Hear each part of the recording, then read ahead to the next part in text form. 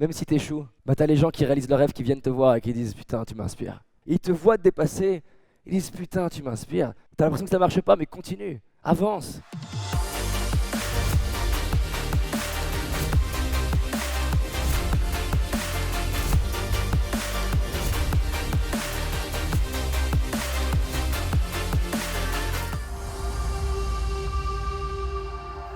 On est dans 6 mois, on est dans 1 an, on est dans 2 ans, on est dans 10 ans. Qu'est-ce qui rend ta vie un truc de dingue?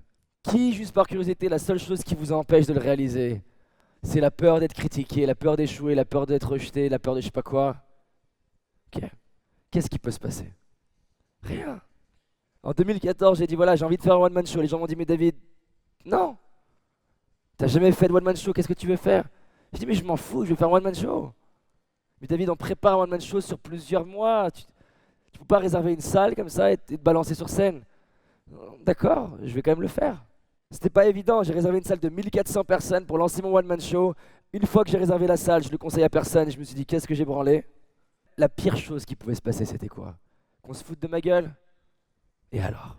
Que je perde de l'argent? Et alors? À la fin de ta vie, est-ce que les gens qui se foutent de ta gueule, ils sont là? Les gens qui prennent le temps de se foutre de ta gueule, est-ce que c'est des gens qui réalisent leurs rêves? Non, parce que les gens qui réalisent leurs rêves, ils n'ont pas que ça à faire d'aller se foutre de ta gueule. Donc la pire chose qui peut t'arriver, c'est que des gens qui réalisent pas leurs rêves se foutent de ta gueule. C'est quoi le risque? Après j'ai dit voilà, j'ai envie de partir aux États-Unis, j'ai envie de rencontrer ces gens-là, ils m'inspirent. Les gens m'ont dit mais David, ils sont inaccessibles, laisse tomber. T'es un Anglais de merde, laisse tomber. Je pars aux États-Unis avec ma chérie, on prend l'avion 33 jours, j'annonce à tout le monde, je vais rencontrer 30 personnes qui m'inspirent en 33 jours, j'ai pas de réseau, j'ai un Anglais de merde. Mais t'es un malade? Oui. Qu'est-ce qui peut se passer?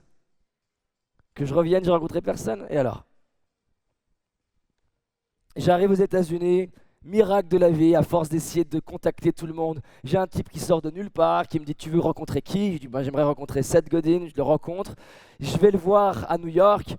Je suis trop content de moi d'avoir Seth Godin en première interview à New York. J'ai un anglais de merde, j'arrive même pas à comprendre ses blagues.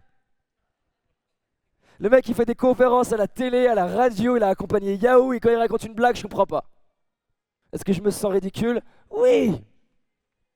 Je finis l'interview, le mec me dit il est quand ton train? Sous-entendu dégage. Je suis sur le quai du train et je me dis putain, j'ai foiré une des interviews avec une des personnes les plus importantes, c'est la première.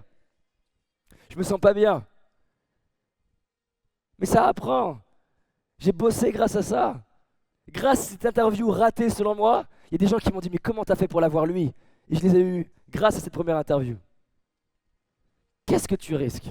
Si vous regardez mes premières interviews en anglais sur YouTube, il y a des Américains qui disent c'est quoi ce blaireau d'intervieweur? Ils rigolent n'importe quand. La raison pour laquelle je rigolais n'importe quand, c'est que vu que je comprenais pas les blagues, je rigolais dans le doute. Et donc tu vois les commentaires, j'en ai même screenshoté, j'ai fait des copies d'écran pour les garder, pour m'en souvenir. Des gens qui disent regarde cette fillette qui rigole comme une merde, il devrait jamais interviewer. Et j'en ai des dizaines de commentaires comme ça. Première vidéo en français. Je pars d'un parcours timide, je la mets sur YouTube, je mets déjà plusieurs semaines à oser, je la mets sur YouTube et il y a un type. Le mec sort de nulle part et me dit tu mérites pas de vivre. Est-ce que c'est agréable? Non. Mais j'ai grandi. Un peu plus tard, il y a un mec qui sort de nulle part et qui dit David, il faut que tu arrêtes de mettre le costume de ton père. C'était pas le costume de mon père. Mais il avait raison, je comprends pourquoi il a dit ça. Et t'apprends. Donc en fait, on risque rien, c'est ça qui est énorme. L'échec, ça n'existe pas. Tu peux apprendre de ça, grandir de ça, transformer, faire des erreurs, c'est indispensable. Être critiqué, c'est indispensable. Qu'est-ce qui peut se passer? Que ton voisin te critique. Tu sais ce qui va se passer quand tu fais ça? Même si tu échoues, bah t'as les gens qui réalisent leurs rêves, qui viennent te voir et qui disent putain, tu m'inspires. T'as des gens que tu les mets comme ça dans ta tête, et ils te voient te dépasser, ils disent putain, tu m'inspires. Continue. T'as l'impression que ça marche pas, mais continue. Avance. Le seul risque qu'on prend en réalité, c'est finir sa vie, se regarder dans le miroir et se dire putain, j'ai tout donné. J'ai pas tout réussi, j'ai fait plein d'erreurs, j'ai vécu plein d'échecs, mais putain, j'ai tout donné, je suis fier de moi. Putain, j'ai tout fait pour vivre une vie extraordinaire. Putain, j'ai tout fait. Je suis fier de moi, je peux mourir en paix. Voilà le risque qu'on prend. Si tu as envie d'aller plus loin, j'ai réalisé une vidéo qui s'appelle les 5 erreurs que la majorité d'entre nous font et qui va nous causer l'échec de nos projets, nos rêves et notre réussite. Une seule de ces 5 erreurs va t'empêcher littéralement de réussir et d'être pleinement heureux.